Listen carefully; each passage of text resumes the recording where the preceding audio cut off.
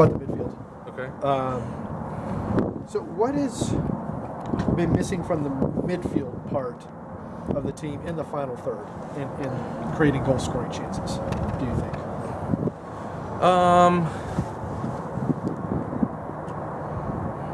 I think the midfield, obviously, I mean, it's part of building the attack, and maybe we haven't been doing a good enough job of getting the ball to the attacking players in the right spot at the right time. We've been a little off. I think that comes from probably not having the ability to train as much as we have in the past before games. And we've gone through a few shifts tactically, and that creates a bit of, there's a change involved. And without training that, then you're not as comfortable or as accustomed to doing the things that you normally do, especially with the change. So for the midfield, obviously, it's about being in the right spots and getting the ball to the attacking players in the right spots. Y'all look to us like y'all kind of changed things around 3 times against Philadelphia. How difficult is that to kind of execute on the fly? It depends what you're shifting to. If it's something that you've done in the past, then you saw it at the end of the Monterey game. You kind of switched to something you're familiar with, and it just fits like a lock and key. And if you're trying something new, like we were at the beginning of the game, I think it just depends on what kind of prep you've been able to do, and if you're ready for that. I think that once we made a shift in that game, things opened up, and at this point, you play every 3 days and travel so much that you're not training these things. You're not a baseball team. You're not going out and hitting BP and catching a few fly balls. I mean, there's a lot more interaction between players that's required and understanding, and if you're not getting that day to day, then you're really figuring it out on the field. And unfortunately, we've seen a bit of that in this stretch. Well, yeah, that's why I was a little bit surprised when y'all kind of came out of that diamond, because Frank had said before the Monterey game he didn't want to change formations because it felt like panicking a little bit. And then y'all came out of the diamond against Philadelphia, and I was trying to reconcile those two, that and that statement. I don't want to speak for Frank. The choice, I think, was to match up with their midfield. That it was a shape. If you look in the past, we played Orlando at home at the end of 2017. Under Jason Christ's teams always had a diamond formation, it seems, in the midfield. We matched up in a similar way with, I think it was Chris and Julian tucking in, and it created our own diamond in the midfield. So I think it was just about a tactical matchup. So I think you'd have to ask Frank exactly his answer on that, but I didn't read anything about the panic quotes, but it was really just a matchup thing. And is it encouraging, I would assume, that when y'all kind of went back to a formation that you played a little bit of the previous 2 years, things started to work better? Yeah, and that's what I'm saying. If you're switching to something you're familiar with, then you go back into those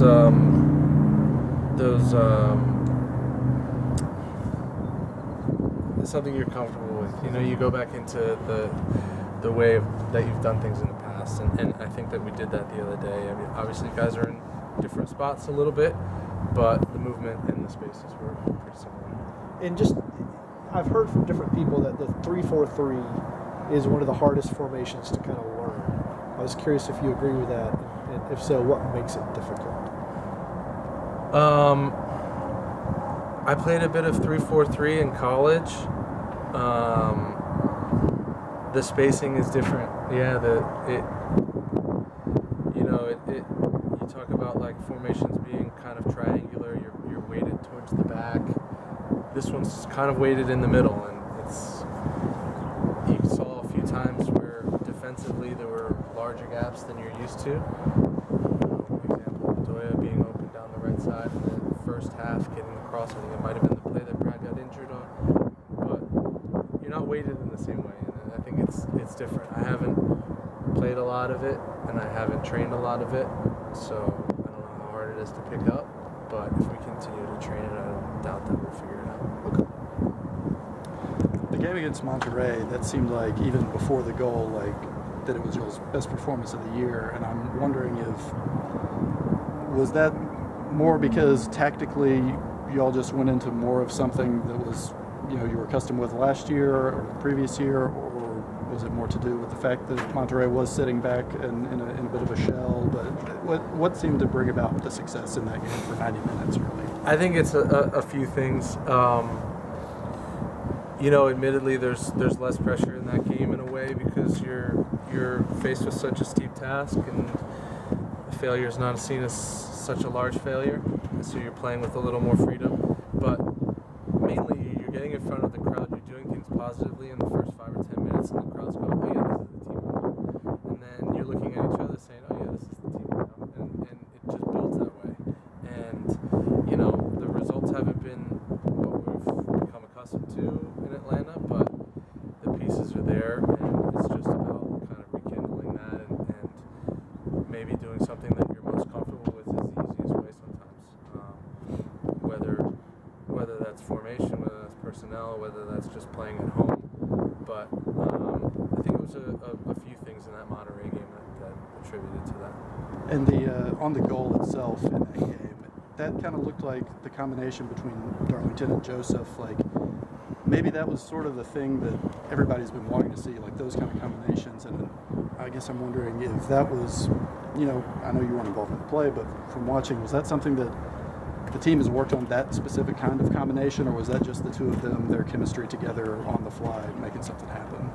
Yeah, no, I mean, that's a good goal scorer receiving the ball from a crafty midfielder. I mean, honestly, we know Darlington can do that, and we obviously know Joseph can. And I think that it was really just a play at that moment. It's not something we worked on because we haven't had a ton of time to do exactly that. But it's things that we've done in the past, so it's those sort of second nature things come out when you repeat things that you've done in the past over and over again. And I think that play was a pretty good example of that. Yeah. You've had some time to look back now with the whole CONCACAF Champions League experience. Just from spectators, this is the first time Atlanta, a lot of Atlanta fans saw this type of format, this scenario, and you hear about the disadvantages of the MLS teams as far as your calendar compared to the rest of the nations. Do you feel that there should be a change as far as maybe the competition starting in March or maybe even April instead of February because it messed with your training camp? Do you see those changes made as far as structure? I think North America and MLS in particular has a huge issue with scheduling, period. I do think that it is a disadvantage for the league, the MLS teams, to start those Champions League games so early.